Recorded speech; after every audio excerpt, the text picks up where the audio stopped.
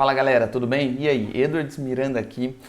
Vamos para mais um vídeo do resumo geral da semana. Aqui eu vou trazer as principais notícias do Brasil, do mundo e do mundo cripto.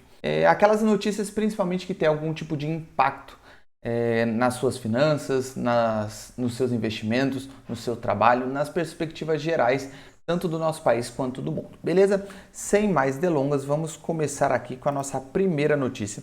Essa notícia é sobre o resultado das eleições de presidente tanto da Câmara dos Deputados quanto do Senado.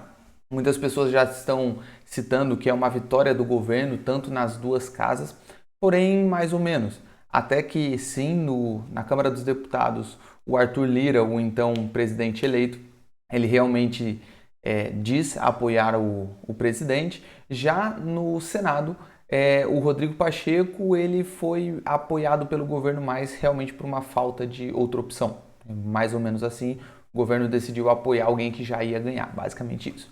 O que importa realmente é que, claro, não quer dizer que pelo governo ter apoiado que tudo vai passar, mas isso acendeu uma luz verde no mercado de forma geral, né? Porque a partir de agora acreditam-se que reformas passarão de forma mais fácil. Para quem não se lembra, grande parte das reformas ali ficou muito travada por muita disputa política entre presidente e presidentes das duas câmaras. De forma geral, o presidente do Senado ele já diz aqui sobre a reforma tributária ser uma das prioridades do Senado, ser a primeira delas. Reforma tributária no Brasil é algo bem específico porque geralmente não se diminui o imposto. Na verdade que o nosso sistema tributário é extremamente complexo, perde-se muito tempo, então o ideal seria juntar tudo num só, dois ou três no máximo, já melhoraria a situação. Mas na verdade o que acontece geralmente é que a reforma ela é passada, é estruturada de certa forma, e quando chega à votação, nesse processo de você juntar dois, três impostos, sempre algum setor acaba perdendo algum benefício. Seja algum incentivo fiscal, seja alguma receita de algum estado, de alguma cidade, então acaba tendo um lobby. No final acaba passando, mantendo a maior parte dos impostos e ainda aumentando outros, o que na prática, para o bolso do brasileiro comum, é aumento de impostos. Então eu sempre vejo com muito receio essa questão de reforma tributária, apesar de reconhecer que é totalmente necessário. Do ponto de vista de reforma administrativa também, isso é muito bom, mas nunca se sabe, né? Os dois eleitos dizem muito favoráveis à questão de manter o teto de gastos sob controle, mas também uma ajuda no social. Então não dá para saber direito o que eles querem. Uma outra notícia importante são sobre os professores anunciarem greve na rede estadual de São Paulo. Atualmente, acho que se não me engano, foi uma votação de 5 mil sindicalistas, representando uma categoria de 190 mil professores no estado. Claro que não são todos, mas isso reflete um grande peso, principalmente riscos futuros. Porque hoje as crianças já ficaram com escolas fechadas há um ano, talvez agora fique por 2, porque não é todo mundo que vai ter o acesso a ensino à distância.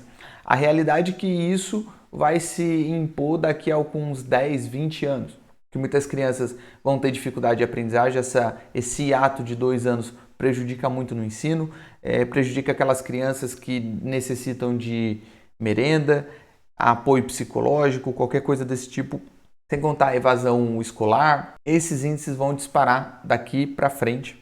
Inclusive, a Unicef fez um estudo que estima que milhões de crianças ao redor do mundo vão entrar na extrema pobreza por conta de apenas o ano passado ter parado no ensino.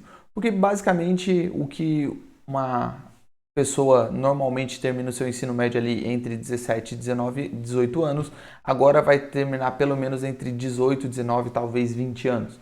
Isso faz um atraso da pessoa para entrar na idade produtiva, de trabalhar, de ajudar a complementar com renda. Então, isso já além do atraso, todos os problemas ao longo do caminho vão acabar jogando muitas pessoas na pobreza, os índices de pobreza ao redor do mundo vão piorar. E o Brasil é um dos exemplos a não ser seguidos, né? Porque muitos países no mundo não pararam de ter aula, quando pararam por muito pouco tempo. A gente já está com um ano e talvez conte com mais um outro ano. A parte boa é que cada vez mais o ensino à distância tem sido uma opção, uma realidade estão vindo outras soluções, mais pessoas estão aderindo, então tipo, ainda precisa do presencial, mas cada vez mais o ensino à distância tem se tornado uma opção. E no longo prazo a gente sabe que a distância é extremamente mais barato, é mais fácil você dar um tablet com acesso à internet ou uma televisão com acesso à internet em algum lugar muito distante do que construir uma escola. Então, isso inevitavelmente pode ser uma perspectiva do futuro. Agora uma notícia com relação ao mundo, se você não está sabendo. Na Rússia está ocorrendo protestos desde que esse Alexei Navalny, ele era um opositor russo, né, do governo russo.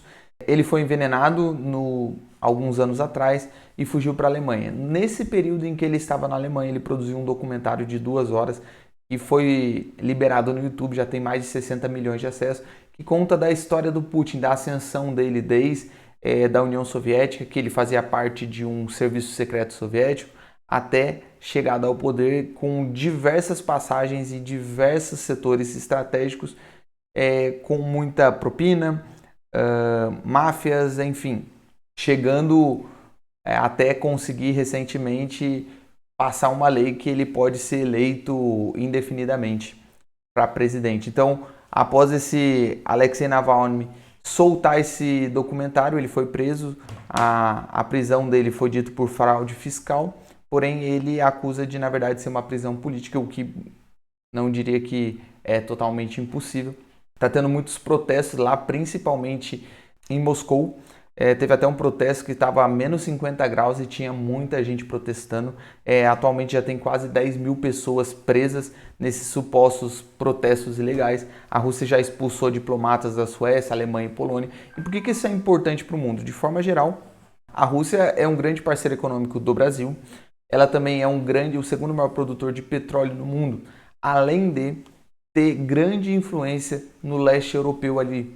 Então, um problema político na Rússia pode afetar tanto a nossa economia de forma com o nosso parceiro russo, mas também pode afetar outras coisas que na verdade não tem nem como a gente saber. Questão de chinesa, porque a Rússia é muito próxima da China, então um parceiro comercial como eles, algum tipo de problema que se estenda por muito tempo pode se tornar algo realmente grave, inclusive também ali para os países europeus que são mais dependentes do petróleo russo. Então é algo que a gente tem que observar com um certo cuidado. Um pouco da questão de liberdade, mas ainda na Rússia, a Rússia já está pronta para desconectar a internet a qualquer momento que ela queira.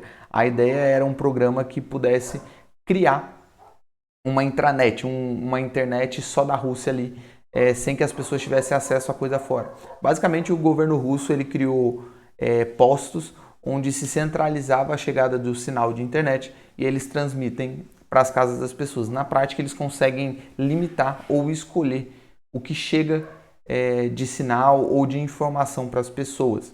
Isso é muito ruim, porque isso cria uma forte tendência de autocracia, porém já existem soluções, né? A Starlink hoje chegou a 10 mil usuários. Para quem não sabe, Starlink é uma rede de satélites da SpaceX do Elon Musk, que a ideia é fazer com que transmita internet via sinal de satélite de boa qualidade e barata para todo mundo.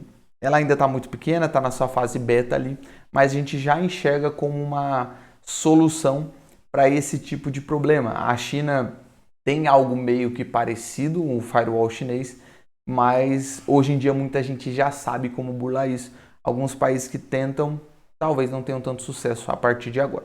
Agora, do mundo cripto, o Banco Central nigeriano divulgou que vai proibir que bancos deem acesso, atendam, né, de certa forma, as exchanges de criptomoedas. Isso é um medo muito grande da maior parte das pessoas que tentam ou pensam em investir em criptomoedas e falar que como é que o governo vai liberar isso, daqui a pouco o governo vai proibir. Só que a verdade é que isso é impossível, de fato, o governo proibir.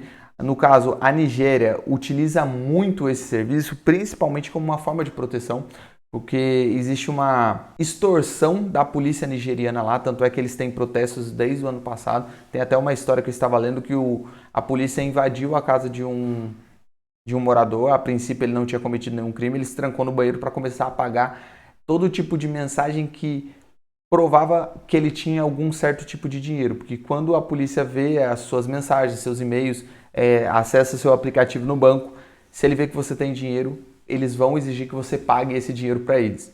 Então a solução da maior parte da população foi utilizar o sistema de criptomoedas, porque grande parte da polícia nem sabe como é que funciona, era uma forma de proteger. Porém, o Banco Central proibindo isso vai dificultar, mas é interessante saber que não tem como essa proibição. Do mesmo jeito que foi impossível você proibir bebida alcoólica, é impossível você proibir drogas, é impossível você proibir uso de cigarro, enfim. Não tem como você proibir criptomoedas, ainda mais criptomoedas. Nos anos 90, nos anos 30, 40, os Estados Unidos tentou proibir a posse do ouro e não conseguiu. A única coisa que ele fez foi fazer o ouro disparar em relação ao dólar. Então, criptomoedas ainda mais, é quase impossível, porque você não precisa ter a posse física desse ativo e cada vez mais se tornam-se efetivo para a população. Tecnologias são criadas e as pessoas começam a utilizar com mais facilidade. Na Nigéria, por exemplo, já é o segundo maior utilizador de sistema P2P de criptomoedas do mundo. O que é um sistema P2P? Em vez da pessoa utilizar uma exchange para comprar sua criptomoeda, ela compra diretamente de uma pessoa. E através disso, dessa necessidade, foram criados novos sistemas. Existem algumas certas corretoras que elas servem apenas como uma seguradora entre essa negociação. É muito arriscado eu chegar diretamente no meu amigo, dar um dinheiro para ele e ele me dar a criptomoeda. Existe um risco aí, então eu não posso fazer com qualquer pessoa. Porém, com uma seguradora assegurando desse sistema, fica mais fácil. Então, percebe que o próprio mercado de criptomoedas já vai criando mecanismos, novas camadas para proteger o uso dessa tecnologia que cada vez vai se tornar mais difundido no mundo. Inclusive na China também eles cogitam isso, mas você vê que geralmente são países em desenvolvimento com já dificuldades financeiras e vê a criptomoeda como um grande problema de controle. No fundo, é apenas controle, só que é impossível você proibir a utilização de criptomoedas. Você só vai fazer com que, no curto prazo, algumas pessoas parem de usar, mas no longo prazo ela só fique mais cara e incentive que pessoas usem para se proteger do próprio governo. Beleza? As notícias das semanas são essas. Se você gostou, dá um like, compartilha com o seu amigo aí, faz um comentário de alguma dúvida, de alguma coisa que você viu que poderia acrescentar nesse vídeo e nos vemos na semana que vem. Aquele abraço e valeu!